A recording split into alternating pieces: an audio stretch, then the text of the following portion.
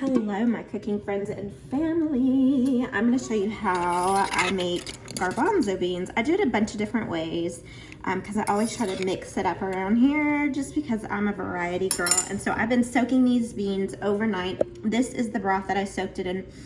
You can use broth or you can just use very heavily seasoned water.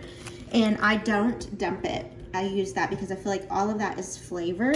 And then I love to keep a bag of pureed vegetables on hand. And so I made some spaghetti last night. And anytime I make meat sauce, I like to sneak in extra veggies. And so this has, let's see, I used bell peppers, carrots, onions, and celery. So I'm gonna add some of that, probably about half a cup to a cup or so. I like a lot of veggies in my food. I feel like veggies fill me up. So you can kind of see, I'll save that for like taco meat or something. And then this time I thought I would take some of this frozen chicken that I had. And I'm just gonna pick through and add some of the meaty parts, not the legs there. And I'm gonna make this kind of like a chicken garbanzo soup, if you will. So I'm gonna put a chicken in there, a couple handfuls of that, just to put some meat in there too, make it hearty. And then I think too, I'm gonna whip up a little bit of brown rice and I'll add that in here later.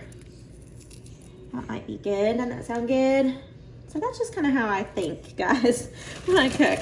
I just think, look around my house, see what I've got, and then add to it. All right, so now I'm gonna season the water again. I seasoned it really well last night. I am gonna add about a cup or so more because I do want some liquid, and I definitely will keep an eye on it. And so I just use my standard seasoning that I like to keep on hand of all my favorites. So you can season it however you like, and you can always test it before you serve it. And then I'm just gonna pop these in here on high. You can add more meat, you could add different kinds of meat, whatever you like. You get the gist of it. I just like to share ideas because I feel like that helps us. If we can help each other with ideas and cost-effective meals, then, you know, it's just another way we can be like, oh, I never thought about doing it that way. All right, lid goes on, pop these on high until they are tender and ready to go. All right, so this has been going for a little bit, but I do have the idea.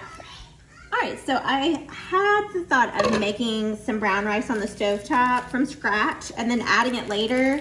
But then I remembered I had these cute little boiling bag brown rices. So I'm just gonna add one to this crock pot. And I do still want my beans to have a little broth if possible. If they don't, it's not a big deal. And being that I'm just kind of doing this on the go in my brain, I'm gonna keep an eye on it, and if I need to add more water, because you know the rice can absorb some of the water for sure, then I will definitely have some on standby. So just for good measure, we'll add some of that in, and I will keep checking on it. Okay, this has been going and going and going, and look how good all that chicken and those little veggies and that rice. This is perfect, you guys. So good. You definitely want to try this one. Make sure you test your seasoning before you serve it. Adjust it as needed. If you want to add more broth to it, you can. If you prefer more soup, but it's down there. Trust me, it's just hard to see. Sorry for the steaminess. And that is it, you guys. Delicious garbanzo chicken vegetable soup. So hearty, nutritious, and if y'all could smell this house, it smells so good. Look at this delicious bowl of wonderful, hearty, just yummy. That rice, all those flakes of veggies, chicken, the beans, so good. I know it's summertime around here, but boy, do I love soup, and I try to make a batch of something similar every week. That way I can bulk up our meals, use it as a side dish. It's just the best. I love it. You guys gotta try this one. It's so flavorful. Thanks so much for watching. God bless you.